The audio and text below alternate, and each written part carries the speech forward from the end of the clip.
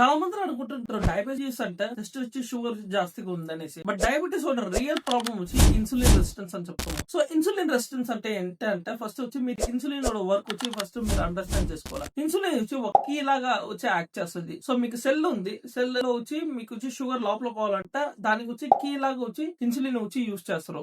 But insulin resistance time లో వచ్చి మీ door వచ్చి చాలా రస్టీగా ఉంటది అండ్ మీ కీ వచ్చి కరెక్ట్ గా వర్క్ అవ్వదు. సో ఆ టైమ్ లో వచ్చి మన బ్లడ్ లో వచ్చి చాలా షుగర్స్ వచ్చి జాస్తిగా ఉండేటప్పటికి వచ్చి మన ప్యాంక్రియాస్ వచ్చి ఇన్సులిన్ వచ్చి జాస్తి ప్రొడ్యూస్ చేస్తానే ఉంటది. సో ఆ టైమ్ లో వచ్చి overload of high blood sugar ఉంటది అండ్ చాలా ప్యాంక్రియాస్ వచ్చి పనిచేసేలకే వచ్చి ఇన్సులిన్ రెసిస్టెన్స్ స్టేట్ పోయేస్తుంది.